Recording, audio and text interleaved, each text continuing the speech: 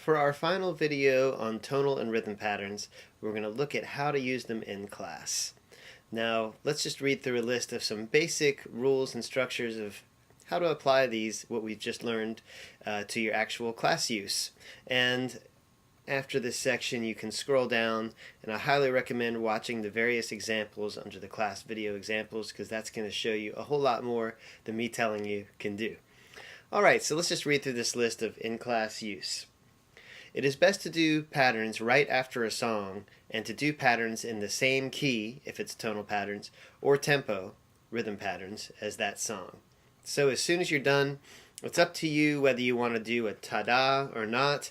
Sometimes it's nice to skip the ta-da and to go straight into a pattern. So if I'm doing wheels on the bus go round and round all through the town, bum bum bum, bum bum bum, etc. You go straight into it. Or if it was rhythm patterns, all through the town, beep beep beep beep, beep beep beep beep. It's nice to do beep beep with wheels on the bus, since it's a bus. That's kind of fun.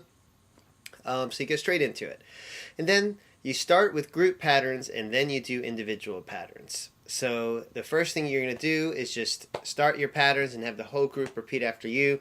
If it's the first week of class, they might not know what this is. So let's say you've just finished the wheels on the bus, all through the town. Now all through the town. Now everyone repeat after me. Bum bum bum, bum bum bum, bum bum bum, bum bum bum, bum bum bum, bum bum bum, bum bum. Bum, bum. Now, who wants to come and sing with me is what I usually do at that point, to invite any children to come up and sing. Now, the first week of class, you might not get any children to come and sit in your lap, or you might have that, the older child who's not shy at all, and they'll come to your lap. A lot of that also depends on how you greeted them when they came in, whether you're able to schmooze with them and make them feel comfortable with you. Also, if you did something like scarves or ball rolling song before your patterns, then you've had more chance to schmooze with each child individually as well. So keep that in mind. Don't be offended if no child comes to your lap, or if only a couple of them do. Don't take it personally. Children tend to be shy. Now, you can do individual patterns for tonal and rhythm patterns in class. In other words, for both. Or you can choose to just do group patterns for one or the other. So for instance, what that means is you might do tonal patterns with the group and then individuals, and you might not have time or decide to take the time to do the rhythm patterns individually as well. You might just do group rhythm patterns, but then move on to the next song instead of doing individuals. That's your choice. When you have big classes of 10 to 12 or more kids, it takes time to go around and do individual patterns. If you have a lot of kids who are really familiar with you and they rush to your lap, a lot of times, as the kids get to know you, they'll want to be the first ones there.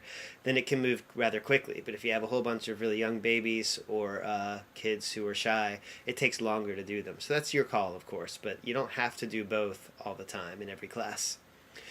Okay, so a little note here says start individual patterns by inviting children to come sing with you, and then go visit your friends by going to the remaining children who did not come to you. So that's something to keep in mind.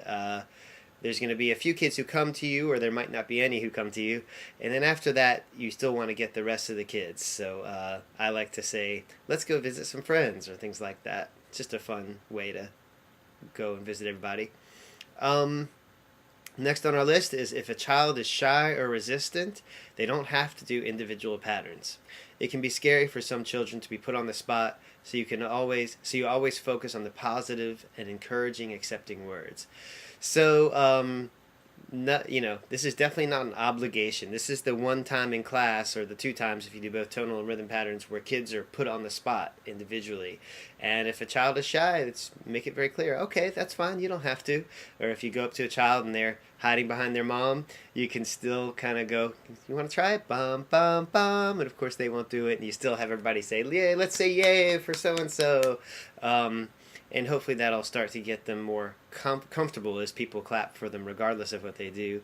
Or, if they actually say no, or if they're shaking their heads, and you're going up and you say, how about you? Would you like to, I would say their name. How about John? Would you like to sing with me?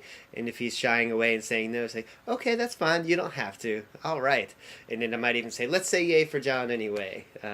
That's your call. But point is, they don't have to do it. And the most important thing is that they feel comfortable in class. So that way they'll learn and they'll grow at their own pace. Next on our list, keep the parents engaged during patterns.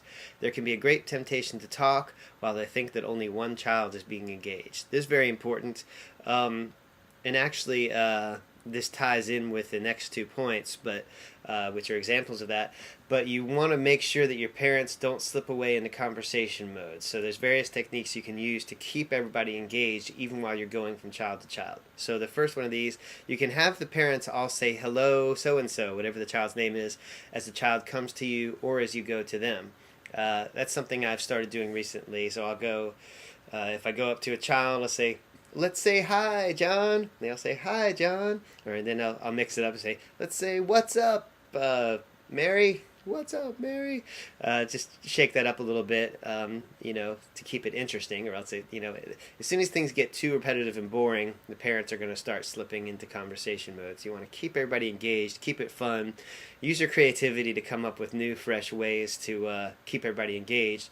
And not only does it keep everyone else engaged, it makes it more fun for you to keep coming up with new ways to invigorate your class. It makes it so that you look forward to class every time and you don't get as bored with it.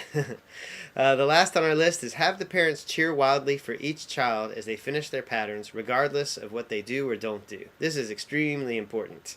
This is the most important thing in a way, because this is the one time, like I said, or maybe 2 times if you do both, that we are putting children on the spot, and because of that we want to reward them no matter what they do. So a lot of kids, especially the youngest ones, aren't going to say a thing.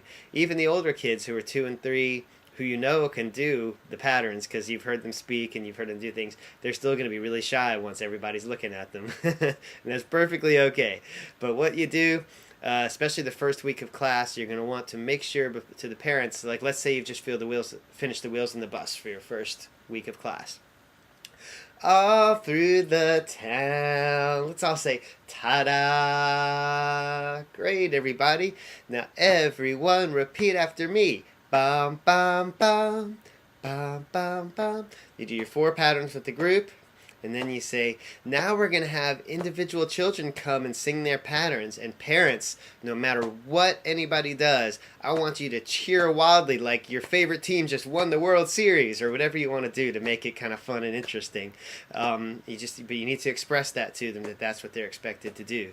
I've been teaching so long now and I have so many repeat people, I forget to do that. I don't really need to do that because enough parents already know it. But for your first weeks, you're going to want to make sure you communicate that to them. And then, of course, you say, who wants to come sing with me? And a child may or may not come, and you go around. And, of course, the parents, you might have just told them, we want to cheer wildly, but some of them still might kind of slack on the job. So if you do an individual pattern with a child, bum, bum, bum, and they don't do anything or they do something, you want to say, let's all cheer for so-and-so, yay! And you want to make sure that you lead to make sure the parents know what to do, because it's very important that every child feels encouraged for all of their patterns. All right, I think that about does it for our series of videos. Make sure you watch the class video examples and feel free to check out the extra reference pictures. If you have any questions, you can contact us at info@thelearninggroove.com. All right, happy teaching!